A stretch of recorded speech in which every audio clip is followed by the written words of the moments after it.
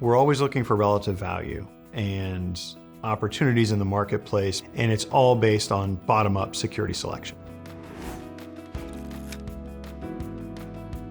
So when I'm thinking about the creditworthiness or risk profiles of issuers that we own, it depends a lot on the industry. And being a generalist and having such a broad array of companies that I cover, I'm going to spend a lot of time focusing on industry-specific risks and profiles. So I spend a lot of time looking at management and thinking about management and financial policy. So whether or not financial policy is becoming more or less creditor-friendly. There's more traditional fundamental credit work that happens. There's modeling out the company and thinking through the numbers, forecasting where the company's going to go, understanding management, understanding the motivations, understanding bond covenants and the structure of companies and the structure of the securities that we're investing in. But the very important is, do we believe this asset would generate enough income in an ongoing forward basis? And if the return is making sense for taking that risk. It's not just about getting all your principal back, although that is of paramount importance, but then also the time frame and the cadence of said cash flows. Then we do relative value comparison.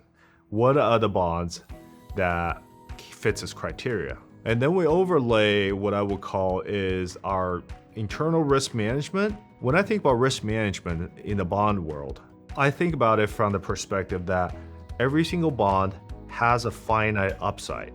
It's very mathematical. You can figure it out what the upside is, and you know what the downside is. I have a saying, which is there's a lot of things that can happen, and one of them will.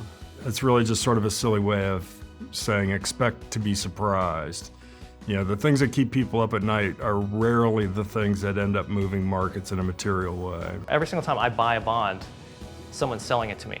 So what are their motivations? Are they scared? Are they worried? Do they have to sell?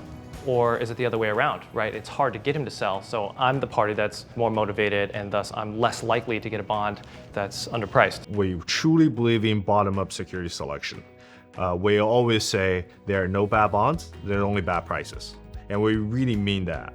We would never say we're not gonna buy a certain sector or certain bond because it's in, oil and gas is in the headlines, or commercial mortgage-backed security is a dirty word right now. We would never say no to anything. As long as we can understand something and we can appropriately analyze and see how it could fit in our portfolio and benefit our clients, we will invest in that.